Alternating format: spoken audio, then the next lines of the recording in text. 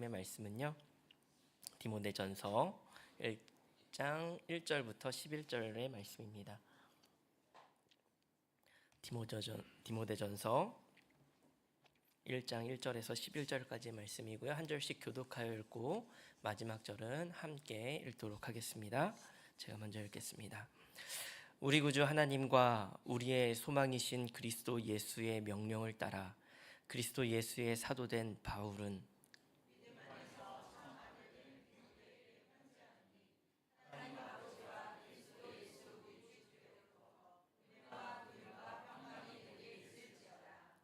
내가 마게도냐로 갈 때에 너를 권하여 에베소에 머물러 한 것은 어떤 사람들을 명하여 다른 교훈을 가르치지 말며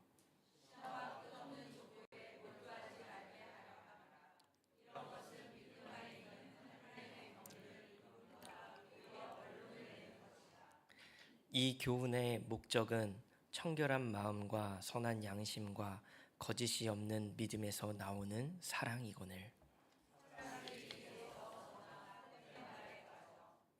율법의 선생이 되려 하나 자기가 말하는 것이나 자기가 확증하는 것도 깨닫지 못하는도다.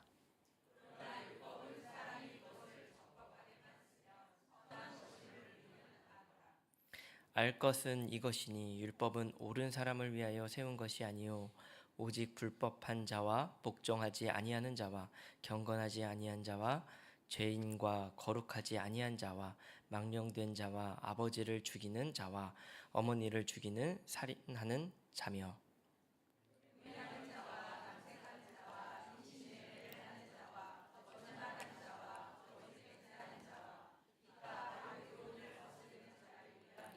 함께 읽겠습니다. 이 교훈은 내게 맡기신 바 복되신 하나님의 영광의 복음을 따름이니라. 아멘. 우리 성도님들 혹시 생텍쥐베리가 쓴 어린 왕자라는 책을 읽어보셨나요? 네. 어린 왕자라는 책을 저도 어릴 때 읽어봤던 기억이 있는데요. 어린 왕자라는 책은 제목이나 형식 모두 다 어린이 동화처럼 보입니다. 단순해 보이죠. 하지만 그 안에는 인간의 본질에 대한 철학적인 그러한 사상들이 좀 담겨져 있어요. 그래서 많은 명대사들이 지금도 사랑을 받고 있고 여전히 성인들에게도 많은 영향을 주는 책으로 남겨져 있습니다. 이런 내용이 있어요. 어른들은 숫자를 좋아한다. 새 친구를 사귀면 어른들은 중요한 것은 절대 묻지 않는다. 그의 목소리는 어때? 무슨 놀이를 좋아해? 나비를 수집하니? 같은 건 묻지 않는다. 몇 살이야?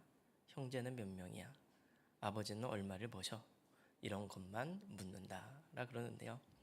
어릴 때 봤다면 이 문장은 읽혀지지 않았을 것 같습니다. 그냥 읽고 넘어갔을 부분이지만 지금은 숫자를 좋아하는 어린애의 시선으로 읽을 때 찔림을 가지고 보게 되는 거죠. 우리가 만약 어린 왕자라는 책을 제목만 읽고 이건 어린이만 읽는 책이라고 생각한다면 그 안에 있는 깊이와 의미를 놓치게 될 것 같아요. 마찬가지입니다. 오늘 우리가 읽은 디모데전서를 목회 서신이라고 부릅니다. 왜냐하면 사도 바울이 교회가 아니라 교회 지도자인 디모데에게 쓴 편지이기 때문이에요. 사도 바울은 대체로 교회를 향해서 편지를 썼습니다. 바울 서신서 13개 중에 9개가 교회를 향해 쓴 것입니다. 하지만 개인에게도 편지를 썼어요. 어떤 문제를 맞이하고 있는 지도자에게 혹은 리더에게 당면한 문제에 도움을 주기 위해서 편지를 썼습니다. 저는 오늘 본문을 통해서요, 우리 공동체가 그리고 우리에게 다가오는 진짜 위험이 무엇인가라는 것을요, 두 가지를 나누고 싶은데요. 이것을 나누기 전에요, 목회 서신을 대하는 우리의 자세를 먼저 나누고 싶습니다. 목회 서신이라고 부른다고 하여 이 말씀이 목회자나 어떤 리더에게만 해당된다고 여겨서는 결코 안 됩니다. 왜냐하면 이 말씀을 이제 개인에게 쓴 편지이긴 하지만 개인을 통해서 결국 교회 공동체가 함께 적용해야 할 말씀으로 기록되어져 있기 때문입니다. 디모데전서 마지막 구절인 6장 21절의 말씀을 보면 이렇게 기록이 되어져 있습니다. 이것을 따르는 사람들이 있어 믿음에서 벗어났느니라.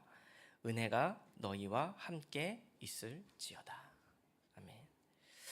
그런데 분명히 디모데에게 쓴 편지인데 마지막에 가니까 너희와라고 쓰여져 있습니다. 이거는 복수예요. 그러니까 개인에게 편지를 쓴 것으로 끝나는 책이 사실은 결코 아니다라는 겁니다. 결국 공동체가 함께 들어야 하는 말씀입니다. 특별히 1절의 말씀을 봐도요, 디모데만을 위한 쓴 편지가 아니라는 것을 알 수가 있어요. 1절은 이렇게 기록이 되어져 있습니다. 우리 구주 하나님과 우리의 소망이신 그리스도 예수의 명령을 따라 그리스도 예수의 사도된 바울은 이라고 시작을 합니다. 바울 서신에서는요, 여러 서신에서 그가 자신의 사도성을 분명히 하는 것으로 거의 비슷하게 시작하는 서신들이 참 많습니다. 왜냐하면 끊임없이 사도 바울은요, 사도성을 의심받았기 때문이에요. 사도 바울은 예수님의 공생애 기간에 예수님과 함께했던 12지자가 아니었기 때문에 늘 사도성에 대한 의문이 따라다녔습니다. 그러니 스스로 사도된 바울은 하면서 사도성을 강조하는 것이죠. 하지만 이 편지의 대상이 디모데라는 것을 생각해 본다면 조금 의아할 수 있습니다. 바울은 디모데를 2절에 아들이라고 표현을 해요.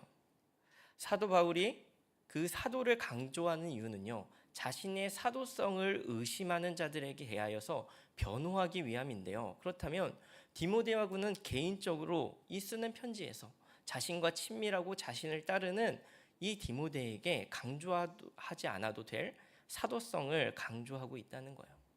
왜일까요? 그것은 동일한 이야기지만요, 개인에게 보내는 편지지만 개인에게만 보내는 편지가 결코 아니라는 의미입니다. 디모데에게만 쓰지만 디모데뿐 아니라 결국은 에베소 교회의 성도들에게 보여지게 되는 그런 공적인 편지의 역할을 하고 있다는 것이죠. 제가 목회서신을 공적인 편지로 계속해서 강조하는 이유는요, 개인을 향한 편지가 아닌 공적인 편지라는 측면에서 이 글을 보면은 굉장히 감동이 되기 때문입니다. 2절부터 3절의 말씀을 우리가 함께 읽도록 하겠습니다. 함께 읽겠습니다. 믿음 안에서 참 아들 된 디모데에게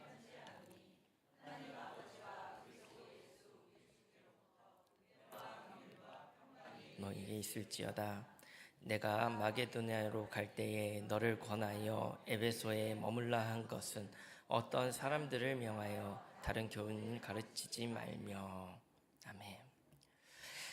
디모데가 에베소에 이제 머물게 된 배경을 사도 바울은 리마인드를 하고 있습니다. 사도 바울이 이제 3차 전도 여행을 하면서 에베소에 머물고요. 에베소에 오랜 기간 머뭅니다. 약 3년 정도를 머물고 가르치다가요, 이제 마게도냐로 또 가게 되면서 디모데를 에베소에 머물게 한 겁니다. 그 배경을 리마인드 시키는 거예요. 그런데 이것이 디모데에게만 리마인드하는 것이 아니라 공동체에도 리마인드를 시키는 겁니다. 그러니까 1절부터 3절을 편지를 받는 대상자가 디모데가 아니라 교회 공동체라는 입장에서 다시 한번 각색을 해보자면 이런 내용이 될 것 같아요. 저는 사도 바울입니다.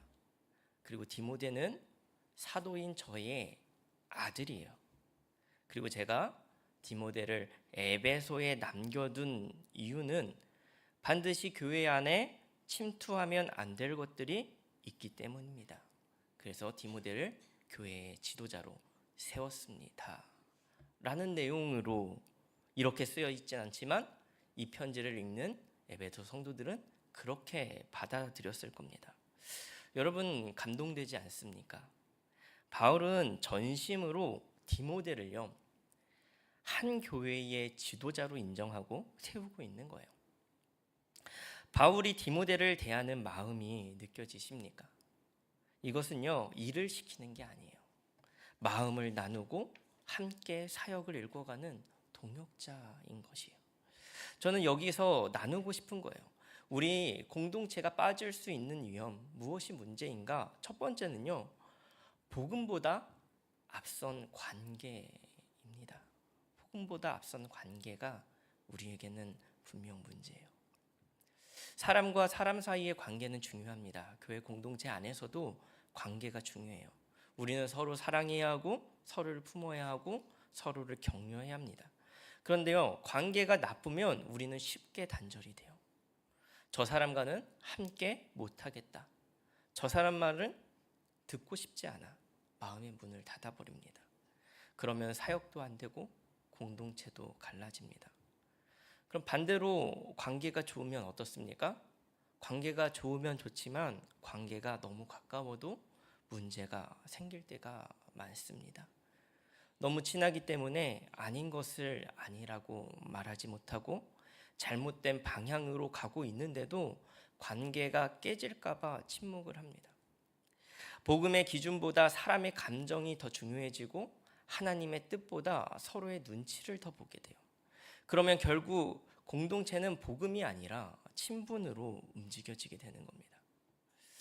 제가 예전에 죽고 못 사는 두 성도님이요, 어떤 일 때문에 이제 감정이 상해서 관계가 깨어진 것을 본 적이 있어요. 그런데 그때 두 분이요, 서로 이렇게 보면서 말하는 게 아니라 서로 각자가 똑같이 양쪽에서 그런 고백을 하시더라고요. 우리가 하나님보다 사람을 더 붙들고 있었구나라는 것을 지금 이 관계가 깨어짐을 통해서 깨닫게 하신다라는 것을 고백하는 그 두 성도님이 기억이 납니다. 바울은요, 디모데를 그저 친분이 두터운 관계로 대하지 않았습니다. 바울은요, 2절에 이렇게 기록을 해요.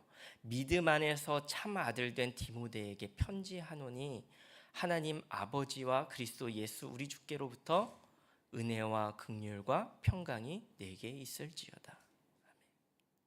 믿음 안에서 참 아들 된 디모데에게 편지하노니, 바울은 디모데와의 관계를 하나님 안에서의 관계로 집중하고 있는 거예요. 함께 사역을 해나가지만 그저 일적인 관계로 대한 것도 아니었습니다.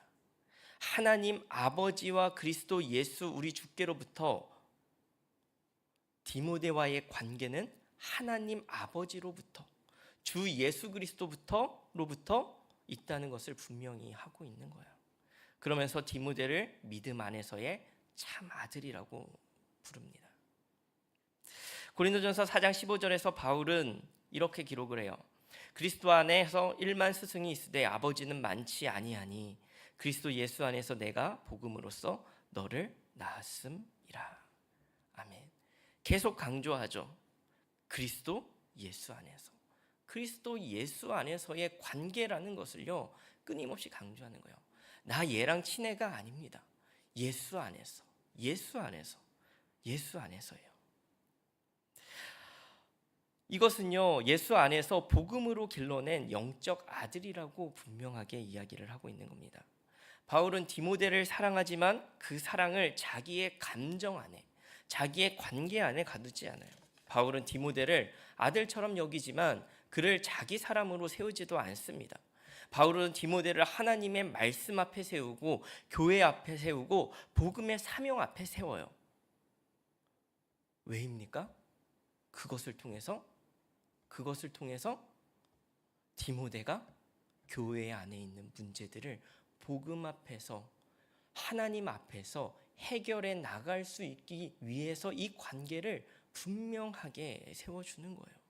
여러분, 여기에 건강한 관계의 모습이 있는 겁니다. 진정한 복음 안에서의 관계는요, 다른 사람을 내 사람으로 만드는 관계가 아닙니다. 복음 안에서 관계는 서로를 하나님 앞에 세우는 관계예요. 내 편을 만드는 관계가 아니라 함께 주님의 뜻 앞에 서 나가는 관계입니다. 서로가 복음 앞에 서도록 돕는 관계입니다. 사랑하는 성도 여러분, 공동체가 사람과 사람이 만나는 곳이니 관계는 반드시 필요하게 되어 있습니다. 그러나 관계가 복음보다 앞서면 그 관계는 어느 순간 복음과 공동체를 흔드는 위험이 될 수 있다는 것을 기억하셔야 합니다. 관계가 기준이 되면 우리는 하나님의 말씀보다 사람의 반응을 더 두려워하게 돼요. 관계가 기준이 되면 진리를 말해야 할 때 침묵하게 되고 사랑을 권면해야 할 때 외면하게 됩니다. 바라기는 우리 공동체가요, 그리고 우리의 가정이 그 사람의 친분이나 감정으로 움직이는 공동체가 아니라 복음 안에서 서로를 세워주는 공동체가 되기를 소망합니다. 서로를 내 사람으로 붙드는 관계가 아니라 서로를 하나님 앞에서 세워주는 관계. 바울이 디모데를 복음 안에서 참 아들로 세웠던 것처럼 우리도 서로를 복음 안에서 사랑하고 복음 안에서 권면하고 복음 안에서 세워가는 그러한 은혜가 있기를 간절히 소망합니다. 여기서 나누고 싶은 공동체가 빠질 수 있는 위험 두 번째는요, 사랑을 잃어버린 교훈이 문제입니다. 사랑을 잃어버린 교훈이 문제가 된다라는 거예요. 에베소 교회가 직면한 가장 큰 위험은요, 다른 교훈에 대한 문제였습니다. 그래서 바울은 디모데를 에베소에 머물게 한 거예요. 3절에서 4절을 우리가 함께 읽도록 하겠습니다. 내가 마게도냐로 갈 때에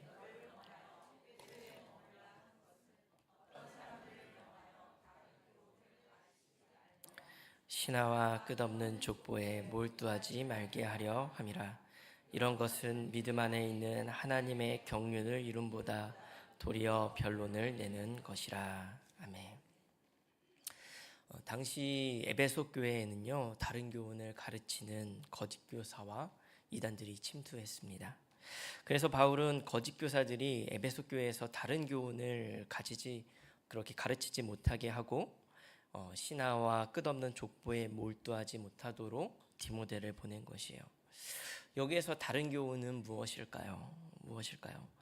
정확하게 설명할 수는 없지만요, 당시에 헬라 철학과 복음을 혼합한 그리스도의 신성을 부인하는 어떠한 영지주의라든지 혹은 율법주의에 기초한 유대주의, 이런 것일 수 있습니다. 그러한 어떤 거짓 복음이 퍼졌을 것이라고 보여져요. 4절에 있는 신하와 끝없는 족보도 무엇인지 정확하지 않은데요. 신하라는 말은 힐러어로 미도스라고 하는데 비밀을 전수하다. 그래서 어떤 비밀스러운 어떤 전설이라든가 허구적인 이야기들, 그래서 신화적인 역사적으로 그러한 말씀을 조작한 꾸며낸 이야기들이라고 추측을 하기도 합니다. 어쨌든 다른 교훈이 무엇인지, 신화와 끝없는 족보가 무엇인지 정확하게는 알 수 없지만 에베소 교회 공동체가 지금 복음이 아닌 어떤 헬라적 사변적인 그러한 사변이 섞인 그런 가르침들을 쫓고 있는 상황이라는 거예요. 그리고 그 결과 하나님의 경륜이 아니라 변론, 즉 논쟁이 일어나고 있다는 겁니다. 그러나 바울은 5절에서 이렇게 말합니다. 이 교훈의 목적은 청결한 마음과 선한 양심과 거짓 없는 믿음에서 나오는 사랑이거늘. 바울은요, 이단을 경계하는 이 교훈의 목적은 사랑에 있다고 말씀을 하고 있는 거예요. 바울은 그 목적을 사랑이라고 말합니다. 논쟁이나 변론이 아니라 사랑을 행하는 데 목적이 있다. 그리고 사랑은 청결한 마음, 선한 양심, 거짓 없는 믿음에서 나오는 사랑이라고 하는 겁니다. 그러니 근원이 청결한 마음과 선한 양심과 거짓 없는 믿음에서 나오는 사랑이 아니라면 진짜 사랑이 아니다라고 이야기를 하고 있는 거예요. 여기서 말하는 청결한 마음은 단순한 어떤 마음이 아닙니다. 죄악에서 해방된 청결된 마음을 이야기하고 있고요. 선한 양심은 단순한 어떠한 선한 것을 말하는 게 아니라 하나님의 말씀을 근거로 올바른 판단을 내리는 선한 양심을 말하고 있습니다. 거짓 없는 믿음은 단순히 가장하지 않는 것, 솔직한 것을 말하는데 그치지 않고요. 그리스도를 믿는, 예수 그리스도를 믿는 참된 믿음을 이야기하는 거예요.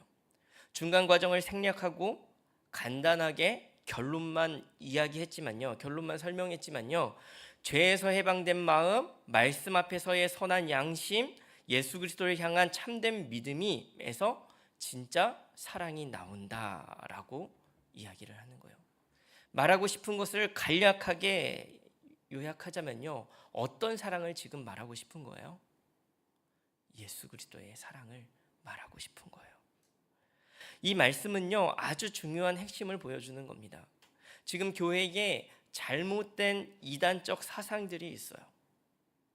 그리고 그것이 낳은 결과가 무엇입니까? 논쟁과 변론이에요. 6절부터 다른 교훈에 빠진 사람들의 모습을 보여주는데요. 7절에 이렇게 기록이 되어져 있습니다.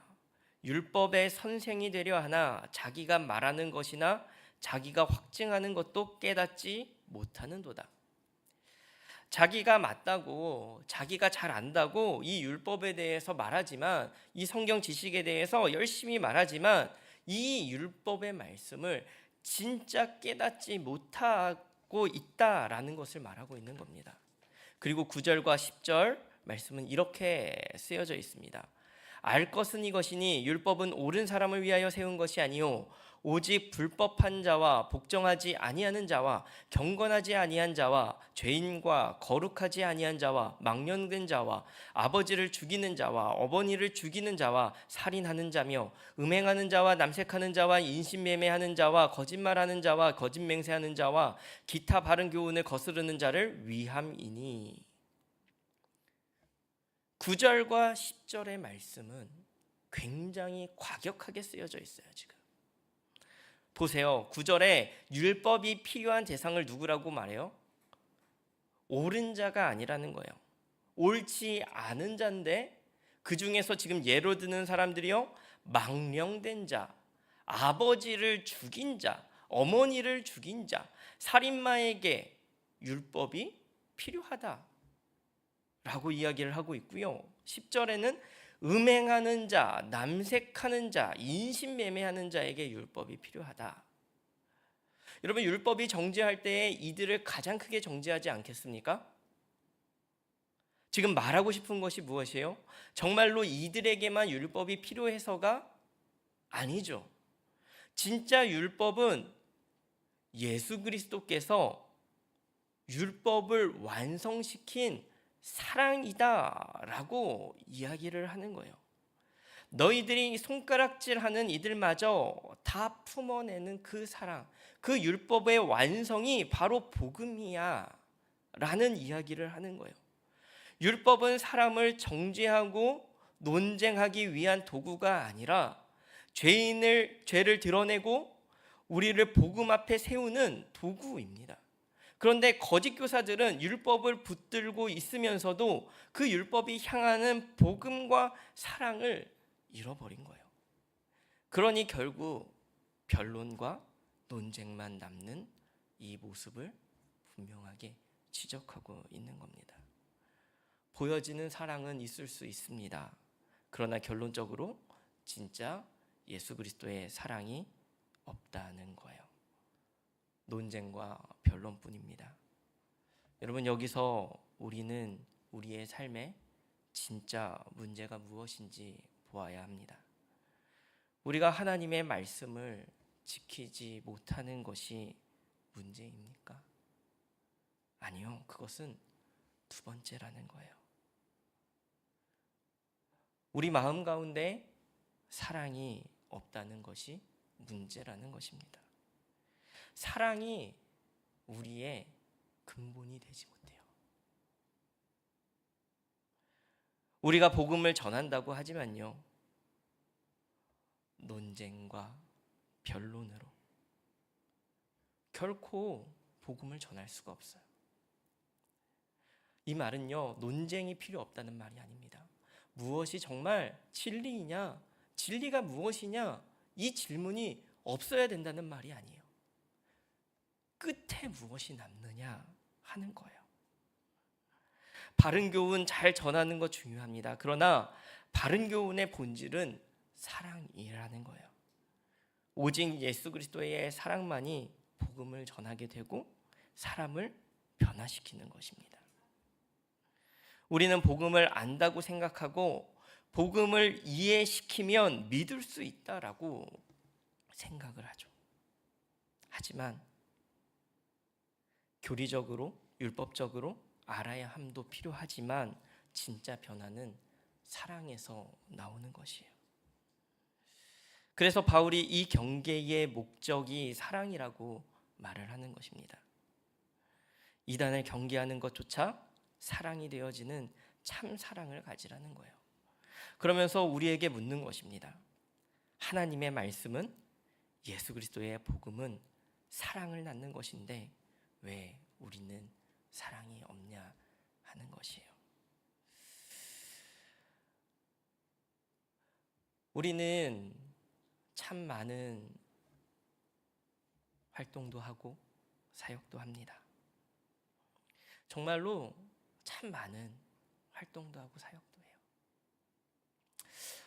가끔 정말로 사역을 하다 보면요, 정말로 고민이 되어질 때가 있어요. 왜냐하면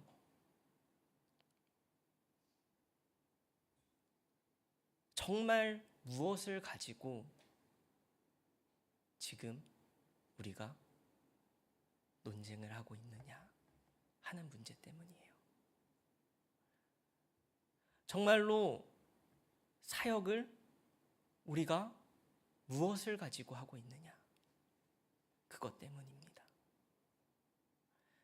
아마 많은 자리에서 예배를 드리시고 섬기시고 그러실 겁니다. 그러나 정말 우리의 마음 가운데 사랑이 있지 않는다면요, 뒤에 남겨지는 것은 논쟁과 변론뿐입니다.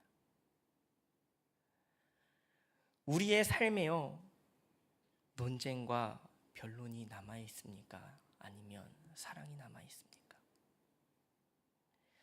복음이 아니라 하나님을 따른다 하면서도 다른 교훈을 따르는 것이 아니냐 하는 것이에요. 정말로 우리가 원하는 것 무엇일까요? 우리가 원해야 하는 것이 무엇일까요? 그것은 하나님 앞에서, 예수 그리스도의 복음 앞에서 사랑이 샘솟고 사랑이 목적이 되어서 살아가는 것, 우리의 섬김 하나하나가 그렇게 우리 주님을 사랑하기 때문에 되어지는 하나하나여야 할 것이에요. 그것이 오늘 디모데된 우리에게 우리가 세워야 할 삶이며 그런 공동체라고 하나님께서 말씀하시는 것 같습니다. 사랑하는 성도 여러분, 저는 오늘 말씀을 준비하면서 참 마음이 아팠습니다. 왜냐하면 제 삶에 사랑이 결여되어 있음을 보기 때문이에요. 제 안에 논쟁과 논리로 하나님의 말씀과 하나님의 일을 대하는 것은 아닌지 보게 됩니다. 우리 하나님의 말씀 앞에 사랑을 발견하는 우리가 되기를 소망합니다. 누가 옳은지가 아니라, 누가 맞는지가 아니라, 누가 더 사랑하는지, 어떤 것이 더 잘 사랑을 전할 수 있는 것인지, 그것이 우리의 고민이요, 우리 평생의 질문이 되어지기를 소망합니다. 그렇게 사랑하고 사랑을 전하는 저와 복된 우리 모든 성도님들이 되시기를 간절히 소망합니다. 우리 함께 찬양하기를 소망합니다. 주 사랑이 나를 숨쉬게 해.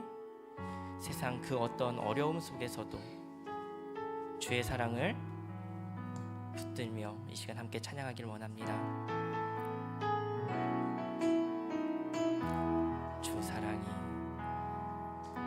주 사랑이 나를 숨쉬게 해. 세상 그 어떤 어려움 속에도 주 은혜로 나를 돌보시며 세상 끝날까지 지켜주시네. 주 사랑이 나를 이끄시네.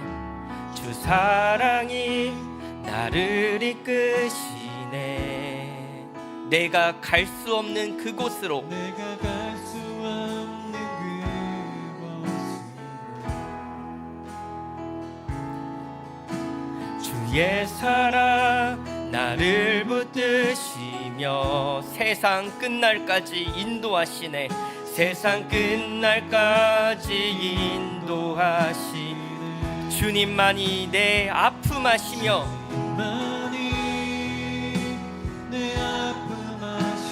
주님만이 내 맘 어루만지네. 주님만이 내 맘 어루만지네. 어느 누구도 나를 향하시 주님의 사랑을 끊을 수 없네. 주님만이 내 능력이시며 주님만이 나의 구원이시네. 주님만이 나의 구원이시네.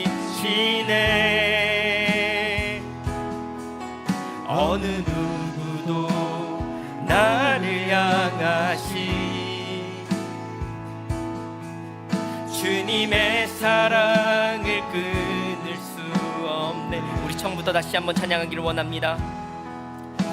주 사랑이 나를 숨쉬 세상 그 어떤 어려움 속에도 세상 그 어떤 어려움 속에도 주 은혜로 나를 돌보시며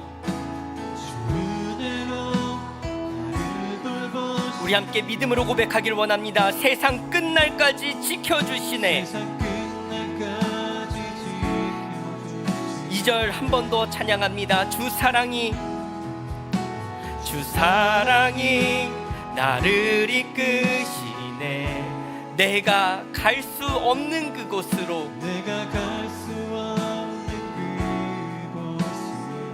주의 사랑 나를 붙드시며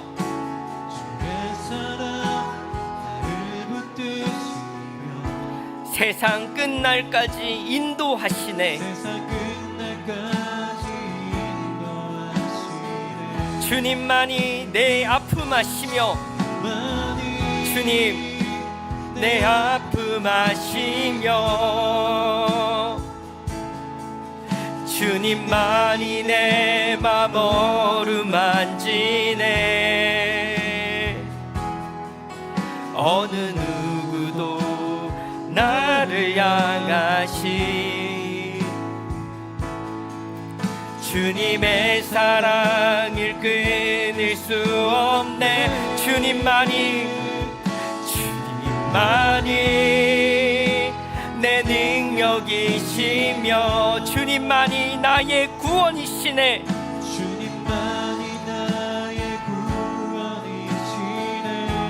어느 누구도 나를 향하신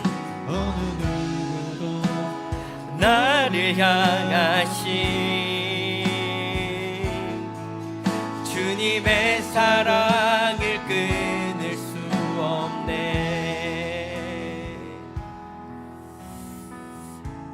우리 함께 말씀을 기억하며 기도하기를 원합니다. 사랑하는 성도 여러분,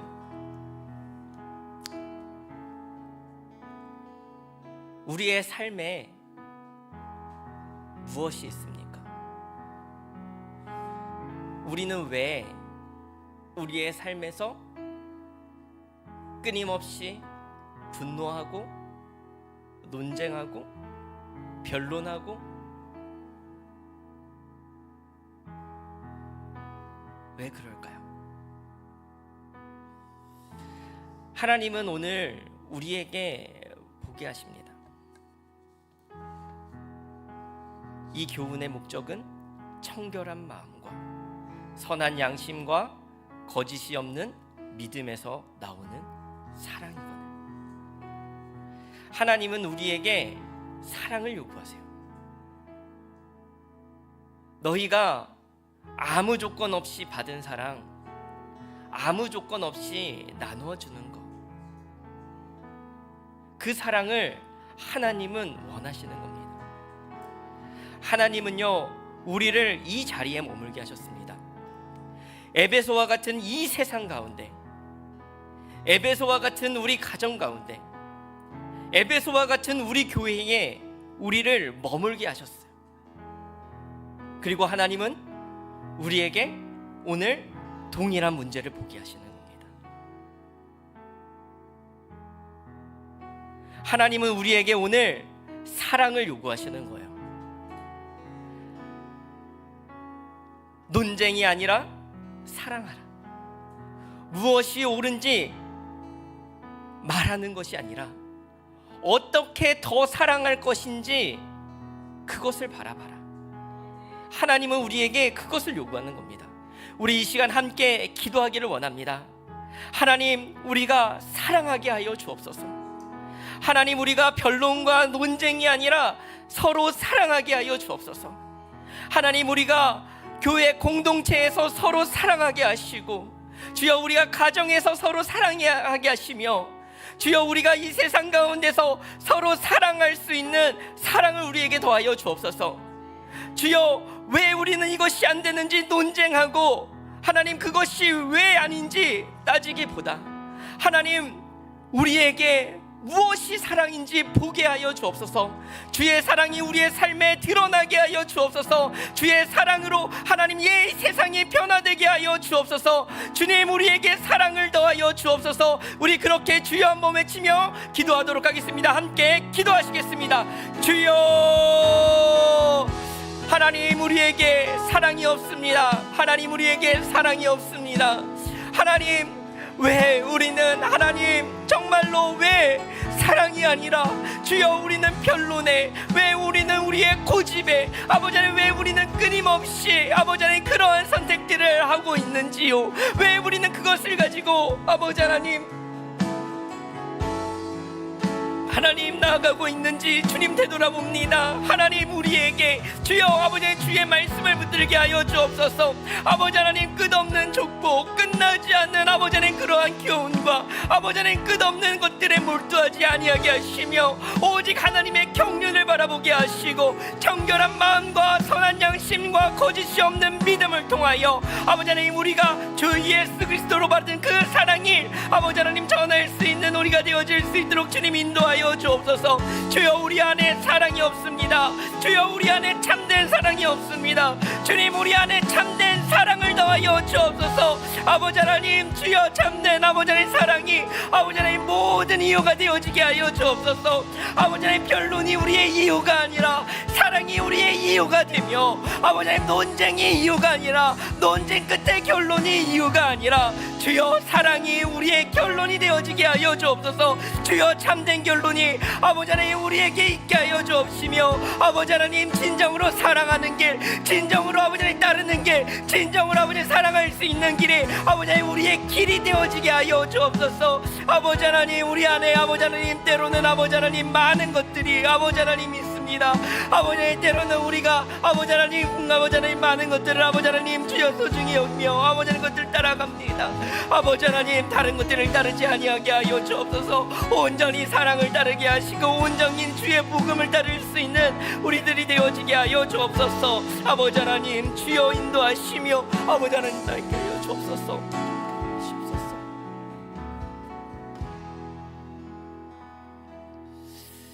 하나님 아버지, 주님 우리의 삶을 되돌아봅니다.